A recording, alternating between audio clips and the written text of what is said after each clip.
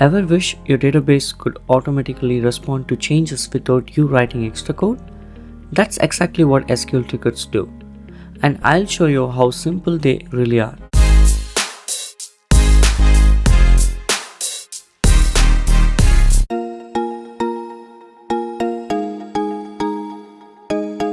Triggers in Azure SQL are like automated guardians of your data. They ensure that certain actions are taken when specific conditions are met, all without manual interventions.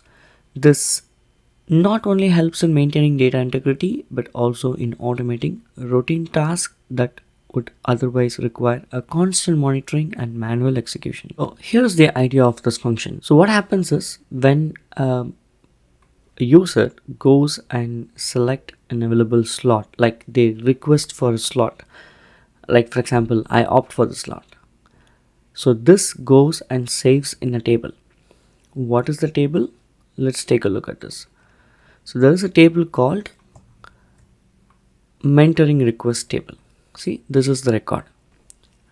Okay, so whenever a record is inserted into this table, I want Azure functions to be triggered.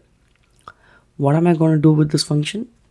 As part of this video, we will focus on how SQL trigger works, but in the upcoming videos, you will see how this SQL trigger is eventually trigger a durable function, how a workflow is organized, how a workflow is triggered. Those kind of things you will see. So for this video, we will focus on creating a SQL trigger function. So as usual, come to the function, right click, add a function, add new function, and you can choose this function, add, and then it will ask you what kind of trigger it is. In this one, you can choose SQL trigger. You see this SQL trigger? It is going to ask you connection and table. You can do like that. I will also show you if you do this, how it will end up. So I'm going to cancel it. I don't want this. So we have a separate class called mentoring slot request trigger, which is here. So in this one, this is just a constructor of this class. We are injecting the log factory, configuration, and an email notification service, which is inbuilt service, like the service that we already have it. We are not going to worry about it. So we are going to create a function. So we have a name called function, and we are saying which is the name of this function. Public async task. It is not going to return anything. It's just going to run. And here is the important part. Here we are specifying it is an SQL trigger. We are specifying what table it is, including the schema, and we are saying where to go and find the connection string. Okay, and the next parameter is I read only changes of SQL change of that table name. It's only can read it. It can't modify the table. Okay. Now, after that, we use this inbuilt, the method that I already developed to get the database connection string. So it gets the connection string and then it does some work. This gets triggered automatically. Now, apart from this, what is important? What you need to do? The very first thing is, generally, you need to enable the database change tracking. So you have the query under this readme text file here. This says altered database name. We are going to set this change tracking on. Okay, and then we go to this table. We will also enable the change tracking. So we have to enable the change tracking to the database and to the table that you wanted to do. You have to do these things, only then this will work. Okay, why you have to do? Without tracking the change, you will not know what changes are done. Like for example, if you track only, you will know what record was read, what record is the new record. Whenever an insert happens only, this will get triggered. So whenever a table getting inserted, it is going to trigger here these changes, right? It will trigger whether it is update, delete, insert. But we are checking if this operation is an insert operation, then do some work, which we will see in the next video in the durable function. But basically you need to understand how SQL trigger works. So once I have this request, I can do something. Okay, I'm going to automate this. Okay, so as part of AZ204C video series in Azure function, there is one of the input bound functions which is called SQL Trigger. That is what you learned. Now what you need to know is where is this SQL connection string is coming. If you go to this local settings, there is something called SQL connection string under the values. So this has been read from here. So let's understand.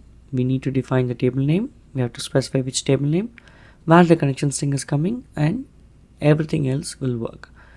If I start this, for example, and if I try to modify this, okay, so what can we modify? So I can say update this, or in other words, let's do this lively. Okay, so we are inserting it, right? Let it run, and then what I will do is I'll go and opt for it, and you will see what happens. Locally this is running. Okay, I'm going to opt for that one record, and we'll see what happens. So I say this and then request. If you look at this, there are two records, right? Ideally we should have got this one, and see, it automatically came.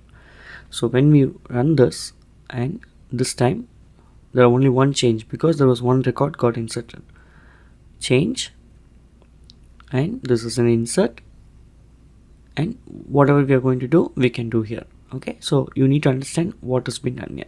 The other things that we need to set up is you have to go to this local settings, and you need to configure, you have to mention these things. It's basically the interval of the frequency, like how frequently this has to be read. So these are the variable names that it will read automatically. So you need to specify how frequently this has to be, the polling interval for the database. Every 1 second you can poll, or you can poll every 60 seconds, like every minute you can poll. Okay, so this is the settings here. Alright guys, so this video is done for SQL Trigger, and if you have to specify if you have to deploy this one to the Azure App Service where these variables needs to go, let me show you how things work, how it will be. So let me show you how it will be deployed. So you go to this function and go to this environment variable, whatever you see in local settings, right? For example, you see this SQL Trigger batch size. So you come here and add this. You can come here, add this. So every single thing, SendGrid API, this one, all of these things, including connection string, whatever you see here is being added here. Whatever you see under connection string DB settings, you have to add it under connection string. So that's how you should configure. If you configure these value, only then it will work when you deploy. So because we will never deploy this one to the Azure, you need to configure these variables into Azure environmental variable. Okay, if you have any questions, do let me know in the comment section, and if you like this video, subscribe to the channel. Thanks for watching. If you found this video helpful, please give it a thumbs up and subscribe to our channel for more tech tutorials. And don't forget to hit the bell icon to get notified when we post new videos. If you have any questions or suggestions, leave them in the comments below. Happy coding!